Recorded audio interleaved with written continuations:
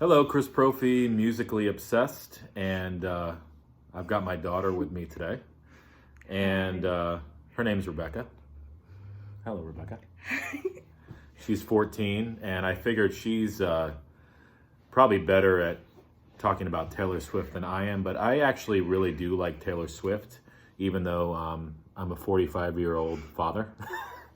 And I'm going to count down what I feel are my top 10 favorite Taylor Swift songs.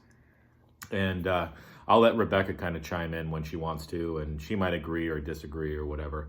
I tend to go more towards her softer, more chill sing-along songs. And I feel like, say what you want about Taylor Swift, but she is a really good songwriter, and she knows her audience, and she knows how to write songs for her audience. So whether you like her or not, you can't deny that she is able to write a hit song. So here we go.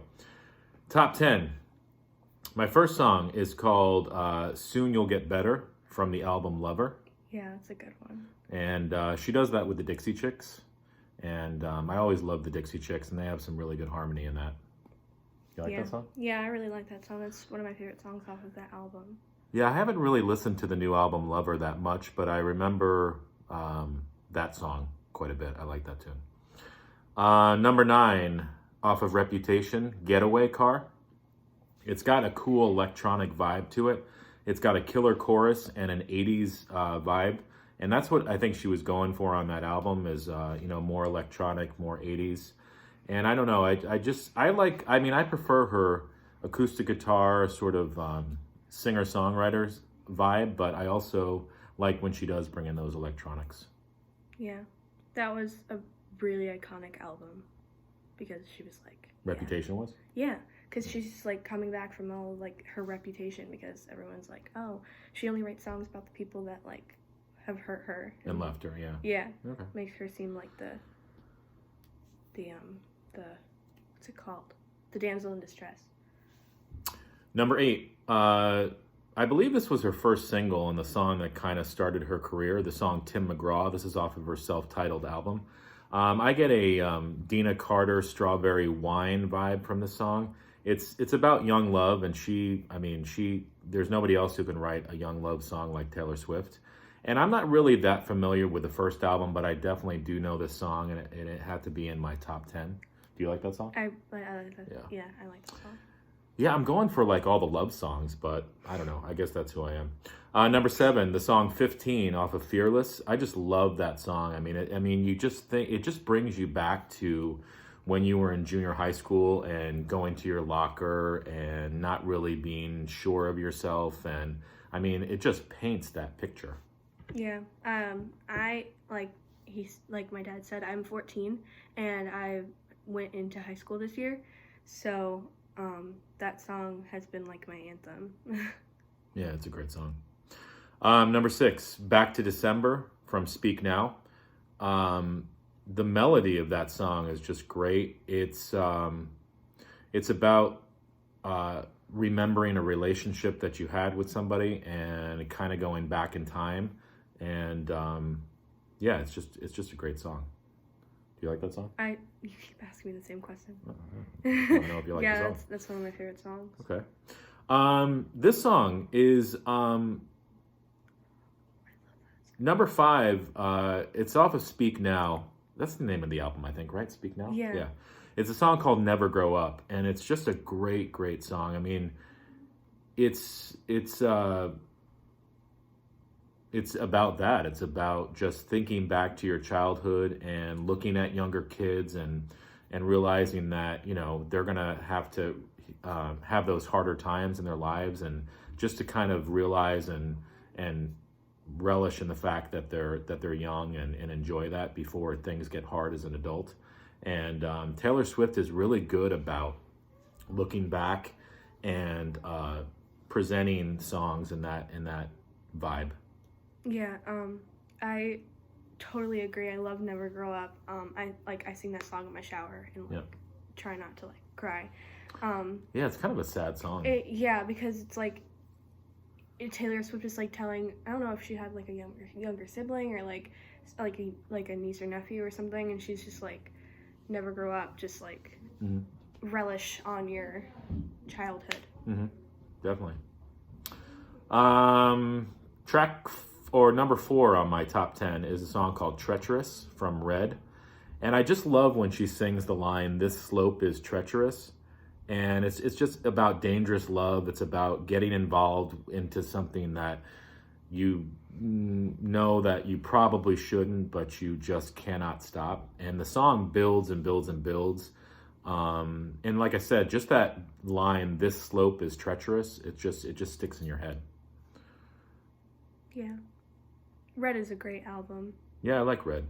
Well, actually, number 3 is off of Red as well. This is a song that I don't think she released as a single, and it's a song that I really didn't listen to that often, but I've been listening to lately. It's a song called "Begin Again," and it's about listening to the words. What I gather from it is it's about dating again and meeting somebody new and getting out there and kind of comparing your new person that you're with to maybe a past relationship or a past person that you were with, and it's just got great lyrics. I think Taylor Swift is able to present songs in a real way, and she just speaks where like to the masses, and I think that's why she's so popular, is because everybody can relate to what she's saying. I mean, again, whether you like Taylor Swift or not, or whether you like her style of music, what she's saying and what she's saying in her lyrics, we've all been through. So, yeah.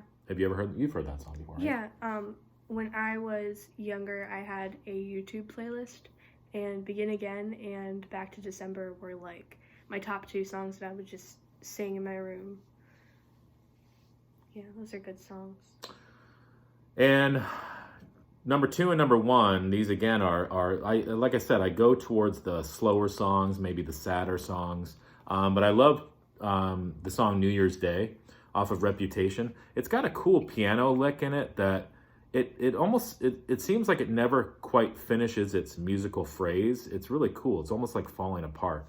And it just paints a great story. It's got a sing-along chorus. You can just picture like having a huge party, a New Year's party, and then the next day waking up and just the room is a mess. And, you know, it goes beyond that too. It's about relationships as well. But I don't know, for me, maybe I identify with it because I've never really liked New Year's. I feel like New Year's Eve is depressing for me. And other people like to party or whatever. I don't know. I get kind of depressed New Year's. It's almost like, for me, I know people look at it as like the beginning of the next year. I don't know. I almost look at it as the end, and then I think about all the things that I didn't do or didn't get accomplished. And wow, this is a depressing video. It also goes back to like a lot of people hate their birthday. Yeah. Because either they've had a bad memory with it, or they just don't like how it's like, oh, I'm aging now, like can't go back to something, or like it's kind of like that as well. And my number 1 Taylor Swift song is called "The Best Day." Every time I hear this song, it's off of Fearless. I just love it. It's so well written. And I think now that I have kids of my own, it's just thinking about, you know, it's about how your kids look at you. And, you know, it's actually a very beautiful song. And the lyrics, she's looking back on how she looked at her mom and how she looked at her father when she was younger. And it's a very, like, heartfelt song. And I you know, again, like, if you don't like Taylor Swift, but you listen to the song "The Best Day" and you still don't like her, I don't know, maybe there's something wrong with you, because that song is just a heartfelt, beautiful song. I mean, if you're into 70s singer-songwriters, if like Gordon Lightfoot or Jim Croce or Dan Fogelberg or Joan Baez or Janice Ian, if they sang that song "The Best Day," you would probably think differently and you would like it. But because it's Taylor Swift, some people just turn off, and you're missing a lot of good music, I guess is what I'm trying to say. I don't know. Yeah. What would your number 1 song be? I mean, mine's "The Best Day," but I don't know. I don't know. She's probably a bigger fan than I am. I like all of her songs. I've been like a Heart and True Taylor Swift fan since he introduced me to her, which is really funny because, like he said, he's a 45-year-old man and he listens to Taylor Swift. And Slayer. He will listen to Taylor Swift and then he'll go to Metallica or like Iron Maiden or something. He just switches his moves so fast. But back to what I was saying, I don't really have a favorite Taylor Swift song. That's like me trying to like pick a favorite like Harry Potter movie. It's hard. Yeah. Yeah. Yeah, I mean, and again, I'm not the biggest Taylor Swift fan. Like I don't really know a lot about Taylor Swift. I just know from what I've heard the songs that I like, and like I said, I keep going back to more of those heartfelt type songs, because she really is a good songwriter, and like I said, she's able to speak to the masses, and she's able to, sing songs about everyday things that people can relate to. And so, I don't know, maybe we'll do more videos with Rebecca. We'll see. You guys let me know. And again, if you like this video, share it, subscribe, and maybe we'll be back for more videos. All right. Have a good day. Adios.